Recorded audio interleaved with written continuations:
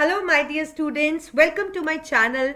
And as you all know that I'm Divya, your science expert. So let me tell you that my channel is in collaboration with Infinity Learn now. So from today onwards, you are going to get much more quality content. So please keep supporting us. So today I'm going to take up a topic which is from class 10th science transportation, that is circulatory system. तो जैसे कि आपको कहीं एक जगह से दूसरी जगह जाने के लिए मीन्स ऑफ ट्रांसपोर्ट का यूज़ करना पड़ता है, वैसे ही हमारी बॉडी में सब चीज़ें जहाँ पे यूज़ होनी है वहीं पे नहीं बन रही है. लेट्स से अगर कोई चीज़ यहाँ बन रही है और उसका यूज़ यहाँ है, तो उसको यहाँ से यहाँ तक पहुँचाने के लिए again we need a means of transport. Okay, now talking about systole and diastole, these two terms are very important. और मैंने देखा है बहुत से बच्चे हैं जिनको इन टर्म्स में दिक्कत होती है. तो दिक्कत की कोई बात नहीं है. आपको ये तो पता है ना कि हार्ट पंप कर रहा है ब्लड को. अब पंप करने के लिए हार्ट पंप कैसे करता है? कॉन्ट्रैक्ट और रिलैक्स होता है, राइट? तो कॉन्ट्रैक्शन को एक टेक्निकल टर्म दिया गया है सिस्टोल, और रिलैक्सेशन ऑफ हार्ट को ये वर्ड दिया गया है डायस्टोल. अब जैसे मसल भी कॉन्ट्रैक्ट रिलैक्स करती है, बट मसल के केस में कॉन्ट्रैक्शन रिलैक्सेशन को आप सिस्टोल डायस्टोल नहीं कहोगे. Only in case of heart it is called as, the contraction is called as systole and relaxation is called as diastole. ठीक है. अब कार्डियक साइकिल की अगर मैं बात करूं तो कार्डियक साइकिल को मैं आपको एक्सप्लेन करती हूं. अब जैसे कि अगर let's consider this as heart, तो आपको पता है हार्ट में एक लेफ्ट साइड होती है, एक राइट साइड होती है. Left side deals with pure blood और right hand side deals with impure blood, मतलब वो ब्लड जिसमें ऑक्सीजन कम और कार्बन डाइऑक्साइड ज़्यादा है. You know heart has got 4 chambers. तो हार्ट में ये आपके पास है लेफ्ट एट्रियम, ये आपके पास है left ventricle, this is right atrium and this is right ventricle. Okay, you know that two atriums are separated by interauricular septum. Septum means division. Two ventricles separated by interventricular septum. This is how auricles and ventricles are separated. And auricles and ventricles, they are separated by another septum which is called as AV septum, auricular ventricular septum. This septum is important because this septum has flap-like structures called as valves. एक ढक्कन की तरह के structure present होते हैं इन एवी septum में. जैसे एक फ्लैप होता है, अगर कोई चीज़ अंदर जानी है तो वो खुल जाएगा, लेकिन जब वो बंद हो जाएगा तो वो चीज़ को बाहर नहीं आने देगा. So same way the walls function, they are flap like structures and they prevent the backflow of blood here.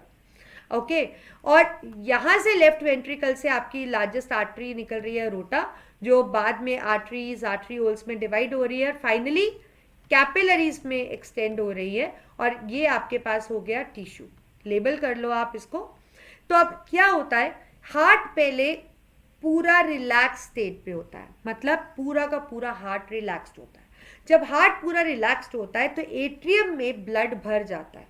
Left atrium में प्योर ब्लड भरता है और राइट एट्रियम में इम्प्योर ब्लड भरता है. ठीक है, तो इसको हम एक साइकिल की फॉर्म में करते हैं, starting from left atrium and then will end up. Okay, तो let's say heart is fully at relax state, that is at joint diastole, और लेफ्ट एट्रियम में ब्लड भरना स्टार्ट हो गया.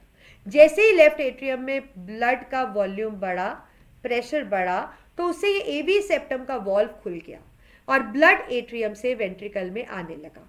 तो जब वॉल्यूम बढ़ा, प्रेशर बढ़ा, तो लेफ्ट एट्रियम ने कॉन्ट्रैक्ट किया, सिस्टोल हुआ वहाँ, और ब्लड कहाँ चला गया? लेफ्ट वेंट्रिकल में. फिर लेफ्ट वेंट्रिकल में भी वॉल्यूम बढ़ता गया, उसके साथ प्रेशर बढ़ा, तो फिर लेफ्ट वेंट्रिकल ने भी कॉन्ट्रैक्ट किया. जब लेफ्ट वेंट्रिकल कॉन्ट्रैक्ट करता है तो लेफ्ट एट्रियम रिलैक्स स्टेट में आ चुका होता है. अब जब लेफ्ट वेंट्रिकल कॉन्ट्रैक्ट करेगा तो उससे एवी सेप्टम का वॉल्व तो बंद हो जाएगा, लेकिन अरोटा के अंदर भी एक वॉल्व होता है, सेमील्यूनर वॉल्व, वो खुल जाएगा. This valve will open up and the blood will start flowing from left ventricle to aorta.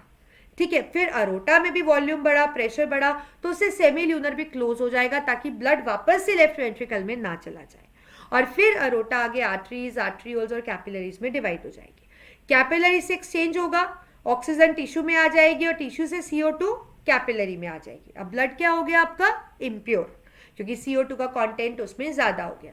अब वेन्यूल्स उसको कैरी करेंगी. Venules then two important bigger veins are formed, small veins, venules, small veins, and then two bigger veins. I hope you remember, superior vena cava and inferior vena cava. So they will take the blood and they will fill the right atrium then. ठीक है, अब जब aorta ने contract किया तो left ventricle diastole पे आ चुका है. ओके, अब जब superior vena cava inferior vena cava right atrium में ले जाएंगी तो वहां भी वॉल्यूम बढ़ेगा, वहां भी प्रेशर बढ़ेगा, राइट एट्रियम कॉन्ट्रैक्ट करेगा, मतलब सिस्टोल होगा. अब सिस्टोल होने से क्या होगा, ये एवी सेप्टम का वॉल्व खुल जाएगा and blood will start moving to the right ventricle, नीचे मूव करेगा. अब वहां पे भी जब वॉल्यूम बढ़ा, प्रेशर बढ़ा, तो राइट एट्रियम रिलैक्स स्टेट पे आ जाएगा डायस्टोल, लेकिन राइट वेंट्रिकल सिस्टोल की स्टेट पे आ जाएगा. राइट, फिर उससे ब्लड कहाँ जाएगा, इस वेसल के थ्रू कहाँ जा रहा है, लंग्स में. और किस लिए जा रहा है, फॉर प्योरिफिकेशन. ठीक है, तो आप कह सकते हो पहले दोनों एट्रियम इकट्ठे काम कर रहे हैं, मतलब पहले पूरा हार्ट जॉइंट डायस्टोल पे है, फिर एट्रियम दोनों सिस्टोल पे आ रहे हैं, फिर उसके बाद जब वेंट्रिकल सिस्टोल पे है तो एट्रियम रिलैक्स स्टेट पे है. और इस तरीके से ये पूरा कार्डियक साइकिल चलता है. और एक चीज मैं आपको बताना चाहती हूँ, जो राइट वेंट्रिकल से इम्प्योर ब्लड लंग्स तक लेकर जाती है, होना तो वो वेन चाहिए था, but exceptionally it is pulmonary artery. और लंग्स से जो प्योर ब्लड लेफ्ट एट्रियम में लेकर आ रही है वो होनी आर्टरी चाहिए थी, बट ये एक्सेप्शनल वेसल है, that it is pulmonary vein. तो ये दो एक्सेप्शंस आपको लर्न करते हैं. I hope systole and diastole is totally clear. अब आपने देखा कि हार्ट से जो ब्लड है वो 2 टाइम्स सर्कुलेट हुआ. पहले लंग्स से प्योर ब्लड हार्ट में आया, हार्ट से टिश्यू में गया, फिर टिश्यू से इम्प्योर ब्लड हार्ट में आया, फिर हार्ट से वो लंग्स में गया फॉर प्योरिफिकेशन. तो इस तरीके से जो लंग्स और हार्ट का एक्सचेंज हुआ, that is called as pulmonary circuit और सर्कुलेशन. और जो हार्ट और टिश्यू के बीच में एक्सचेंज हुआ, that is called as systemic circulation. और क्योंकि हार्ट से ब्लड 2 बार सर्कुलेट हुआ, therefore the process is double circulation. So double circulation is a sum of pulmonary and systemic circulation. तो इसीलिए हमारे अंदर जो सर्कुलेशन है, that is a sum of pulmonary and systemic, therefore it is called as double circulation. Now let's talk about very interesting and important topic again, blood pressure. अब blood जब heart pump कर रहा है तो obviously वो vessels के अंदर कुछ प्रेशर से जा रहा है, और वो जो प्रेशर है वो किस पे एग्जर्ट करेगा, ब्लड ऑब्वियसली वेसल्स की वॉल्व पे एग्जर्ट करेगा. ठीक है, तो उसी के बारे में हम पढ़ने वाले हैं. अब जब आप कभी बीमार होते हो, आप डॉक्टर के पास जाते हो, या आपने कई बार देखा होगा इस तरीके से डॉक्टर को किसी पेशेंट को इस तरीके से चेक करते हुए. तो what is he actually checking in this picture?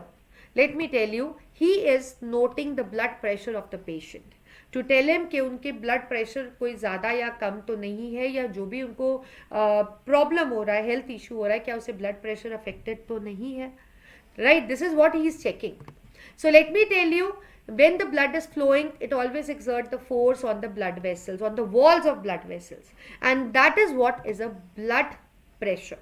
So we can define a pressure that blood exerts on the walls of vessel.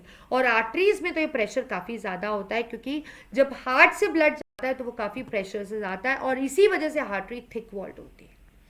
अब मेजर करने के लिए जो इंस्ट्रूमेंट यूज करते हैं doctor, that is called as sphygmomanometer. Remember this name, क्योंकि most of the students they are making mistake that they write wrong spelling. It is sphygmomanometer, instrument use to measure blood pressure. So I hope now you can name it. So if you get a question to name, the instrument used to measure blood pressure, I hope you can write it name with correct spelling now. Okay, so normal blood pressure की अगर हम बात करें तो that is 120/80, 120 mm of mercury by 80 mm of mercury. तो जो ये blood pressure मैंने आपको बताया वो 2 तरह का pressure से बनता है. One is systolic pressure, means the pressure generated due to contraction. And one is the diastolic pressure, that is the pressure generated due to relaxation of the heart. आपको पता है ना, हार्ट कॉन्ट्रैक्ट एंड रिलैक्स कर रहा है, तो pressure due to systole, that means due to contraction. Pressure of diastole means pressure due to relaxation. So the normal blood pressure of an adult is 120/80. 120 indicates the systolic pressure and 80 indicates the diastolic pressure. So this is a normal blood pressure of an adult. अब इससे blood pressure थोड़ा ज़्यादा होगा या कम होगा, ऊपर का pressure very करेगा, सिस्टोल वाला वेरी करेगा या डायस्टोल वाला वेरी करेगा, तो सारी ही कंडीशंस में आपको हार्म हो सकता है. अब high blood pressure means hypertension या लो ब्लड प्रेशर, दोनों ही आपकी बॉडी के लिए हार्मफुल है.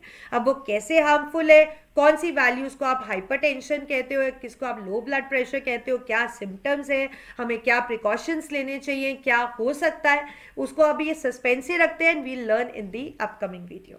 So with this we have come to an end of this video. I hope you have learned whatever I've taught you.